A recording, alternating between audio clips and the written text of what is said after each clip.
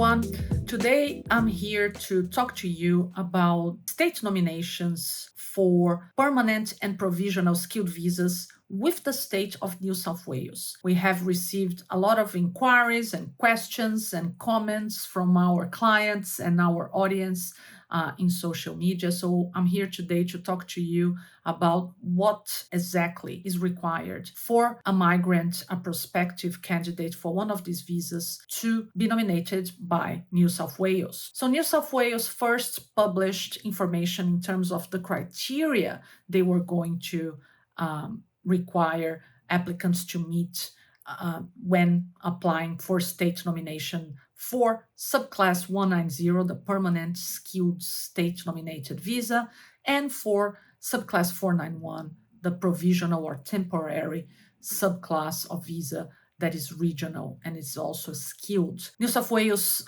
lets everyone know via their website and webinars, inclusive of the one I presented with the New South Wales government last month, talking about what they were seeking in candidates to be nominated. And they made it very clear that because New South Wales is such a popular state, to get a nomination is very competitive, and they were really going to raise the bar. Even though they have been allocated more places this year, they want to use those places to find the brightest and best candidates possible. So they were going to have two separate occupation lists, one for subclass 190, the permanent skilled visa, and one for subclass 491, the temporary regional visa. Looking at that skilled occupation list for the state, they were going to establish a minimum of years of work experience for each occupation, as well as a minimum score in the points test for each occupation. We didn't know what the list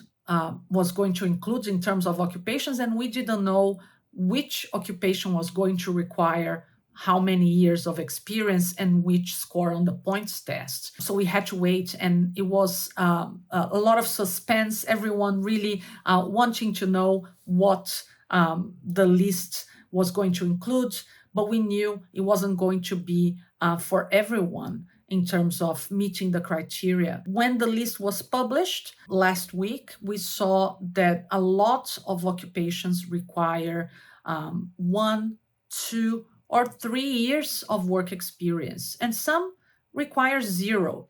Now, that also created confusion because what's happening with New South Wales is that they're determining their own criteria to select people that they are going to nominate for one of these two visas. Now, that criteria may be the same, may be higher than the criteria for the visa itself that is determined by the Department of Immigration. So someone even sent us an inquiry saying, my occupation says 0 years of work experience required by New South Wales, but my skills assessment authority requires some time of work experience. Which one should I look at? And the answer is you should look at both, because there's no skilled visa application without a skills assessment. So you need to serve 3 masters when it's a regional nominated visa. You need to serve what the Department of Immigration wants, what your skills assessment authority for your occupation wants, and also what New South Wales wants, because if you don't meet their criteria, they're not going to nominate you. So some occupations don't require any work experience at the skills assessment authority stage. For example, engineers.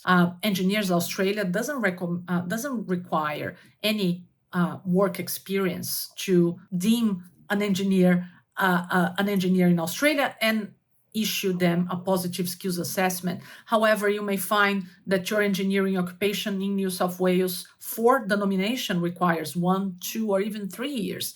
And then you need to have that, because if you have the skills assessment but no nomination from New South Wales, then the New South Wales state nominated visas are not for you. Now, we really need to look occupation by occupation because it varies from one to the other. There's also minimum score on the points test. So again, the minimum score for these visas within the criteria for the Department of Immigration is 65 points. However, New South Wales may be asking for 85, 75, We even saw some occupations such as finance manager and accounting, where the minimum points score New South Wales requires to nominate someone is 110.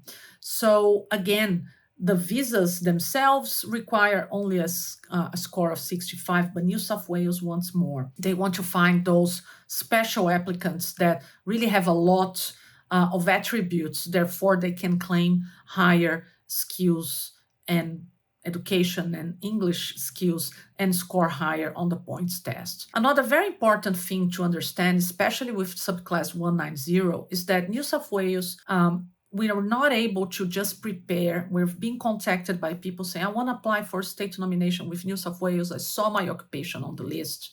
I have the minimum years of experience, and I believe I can score what they require on the points test. That's great, but all we can do for you is submit an expression of interest within Skill Select and wait for New South Wales to maybe select you. And that's when it comes to subclass 190 and one of the pathways for subclass 491. We need to submit that expression of interest, sit there and wait for New South Wales to invite you. It's important to understand that New South Wales doesn't guarantee they will select you. Even if you have everything listed in their criteria, it may be they never invite you, never select you. So you really need to be informed about the requirements. And you need to have a plan B. What happens if New South Wales doesn't invite me? Can I come to Australia in a different visa? Or if you are already in Australia, can you look at a plan B? And which visa are you going to maintain here temporarily so you can stay in Australia while you wait for that invitation? If after 2 years you haven't been invited, then your expression of interest expires. But again, looking at the state nomination programs, all criteria is defined for the current financial year. So if you don't get invited this year, it may be that you don't meet the requirements for next year. And we have to reassess your strategy at every financial year. So again, always consult a registered agent. Check that you meet all the requirements. You also may be thinking you have the minimum score on the points test, but then when we assess your points test, we say, sorry, but you don't score what you first thought you would score. So it's important to invest time and money in speaking to an agent at the word go, because you might find that you don't qualify, and then we can create another strategy for you. So you don't waste time and money thinking this visa is for you. On the other hand, if you do qualify, we can submit a very good and decision-ready submission with your expression of interest and give you the best chance at being invited. So yes, there's a number of occupations on the lists. We saw cafe managers, marketing specialists, there's all sorts of teachers and engineers. There's an immense variety of occupations, but New South Wales has very strict criteria when selecting someone for state nomination. So it may be that New South Wales is not the best option for you. If you're consulting with us, we're also going to look at which other states or territories might be a better option, or if it's better for you to come here and work in a regional area in New South Wales or somewhere else. So yes, New South Wales is open for nominations, but again, you need to be invited and selected first. And the criteria has been raised, the bar has been raised, but I'm sure there's many of you out there who have what New South Wales wants.